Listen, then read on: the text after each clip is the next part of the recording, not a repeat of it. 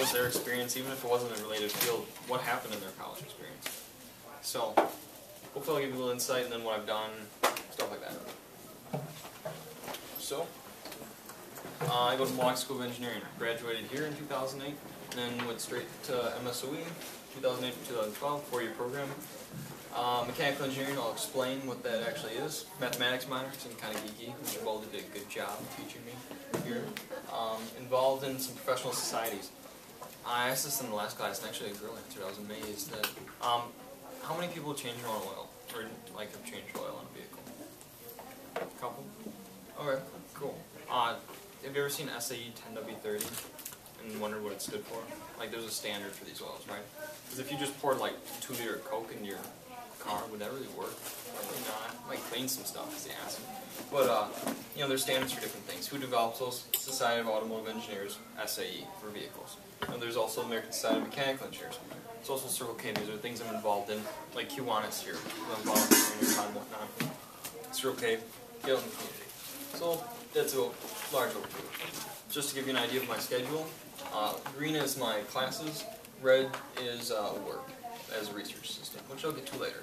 So classes are pretty spread out. I mean, it's not like here, which is, you know, down the line. There's a lot of free time to either do homework, screw off, or do whatever you want, basically. But what do you do with that time? Time management is a huge role in college.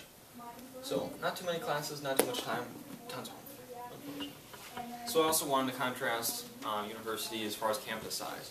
This is my school, Milwaukee School of Engineering. You have dorms right there, you have a workout center, you can hang out in the CC, and basically this is where a lot of the learning happens. And what, 2, 3 small buildings actually, including library? Not a huge campus, but still love it. It's great. I know pretty much almost everybody at the school. It's that small. You also have University of Madison. Holy crap, you ever been there? Anybody? I mean, it's a huge campus, a lot of different majors. So my school is very specialized. It's engineering and nursing's thrown in there.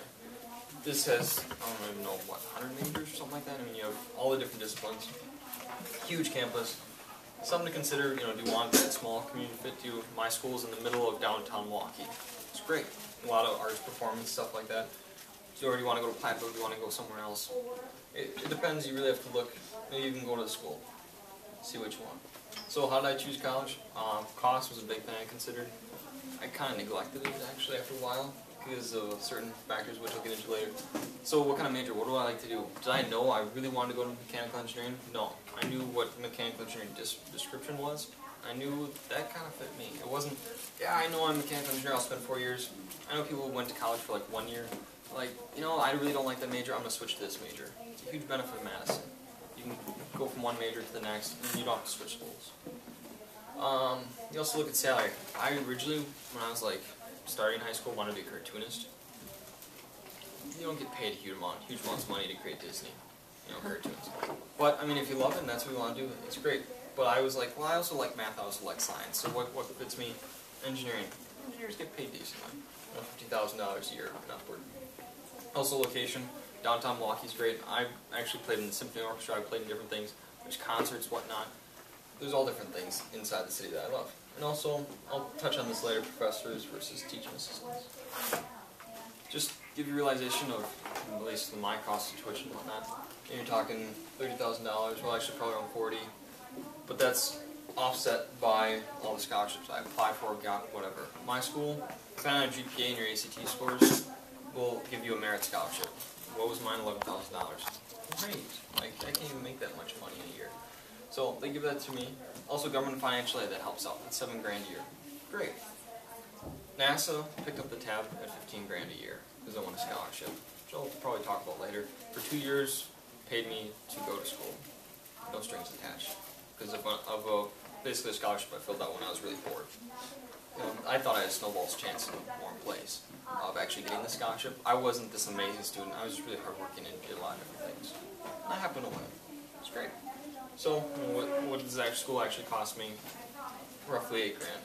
So, I mean, I still have to pull that together, but it's significantly, you know, the sticker price of a school doesn't necessarily mean you should cross off your list. There's other things you have to take into consideration. So what is mechanical engineering? So you don't know. This picture kind of exemplifies a lot of different aspects of mechanical engineering. It's a rocket taking off, you have thrust, whatnot. So first of all, thermodynamics. You have chemical reactions, you have heat being generated. There's energy in everything. How do you account for that energy? When it turns from chemical energy to thermal energy, to the thrust propelling that rocket up, that's what thermodynamics kind of looks at. Fluid dynamics. When this rocket is cruising, at Mach 1 and it's going to higher speeds, if I make a slight, one of the fins on the back end, which does not exist on this one, so it probably has force vectoring.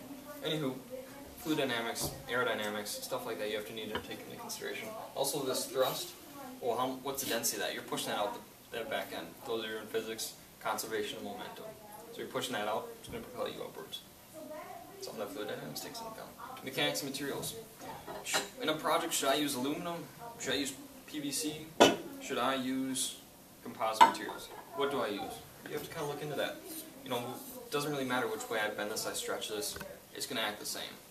Each one of these tubes, I'm missing one. So that's right. So each one of these tubes, same material, different weave. It's basically like fabric impregnated with a glue. Each tube's different. Each tube is designed to do something different. So it kind of goes into chemical materials. You have to understand what material you're putting. Is your car made out of steel, is made out of aluminum? Why didn't they choose bubble gum? That sounds great. Not so much. You need like steel or something. Also electrical design. My roommate is an electrical engineer. I kind of make fun of him, unfortunately, because a lot of this stuff is done mathematically. It's on computers. He takes an input and gives me an output. Great, and he does all this fancy stuff with it. I don't quite understand. But basically, I have to try to understand the basic of his fundamentals so that I can at least interact with him on different levels. Also controls. When that rocket's flying, how are you going to control where it's going? Is it electrical? Is it mechanical? What are you going to do to make sure that this rocket doesn't just go boom? That'd be an expensive oopsie. So, getting off the topic of mechanical engineering, this is a project I worked on. It's a vehicle I built with the help of a couple friends, basically. And so this vehicle got 758 miles per gallon. That was the goal, highest miles per gallon. So 758. It's great. Top speed is 60 miles per hour, which is ridiculously scary in this vehicle. As the driver told me so. Because you're 3 inches off the ground, those are bike tires. We were dodging planes on airstrip. It was a lot of fun. So this whole vehicle, this competition was, here's your motor, build a car around it. Totally open. What materials do you use? What design do you use? It's a lot of mechanical engineering. So here's my contribution of it. I designed the vehicle as far as the outer shell. You have to take into account aerodynamics. If this thing's, we're just eking out every miles per gallon. When you have a gust of 30 miles per hour, do you want it to just blow you back? Have you ever hold a sheet of paper in the wind? It just blows you to turn sideways. It's a lot less force back on you. It's a lot easier to carry closer to the wind if you just keep it parallel to the wind. So I have to consider aerodynamics, but I have to fit someone in there. It's a huge pain in the butt. Trying to fit a human. You can't just throw them in the computer and say, okay, try to fit my design. It doesn't quite work out. So there's a lot of care that needs to be made into this. So the other topic is, who's heard of carbon fiber? Anybody? Where? Just shout it out, I guess. Where, automotive or... What? Like nanotubes? Okay, good example. You raise your hand? Huh? Where and aftermarket products for cars. Yeah, so high performance, right? So most those expensive vehicles, you start to use carbon fiber. It's really light. It can still withstand things that steel can withstand, but it's super light, a lot faster. Madison has a vehicle that's built for speed, 300 pounds, 0 to 16 2-point-something seconds. Performance cars can't do that because they made it out of a lot of lightweight composites. So this is an example.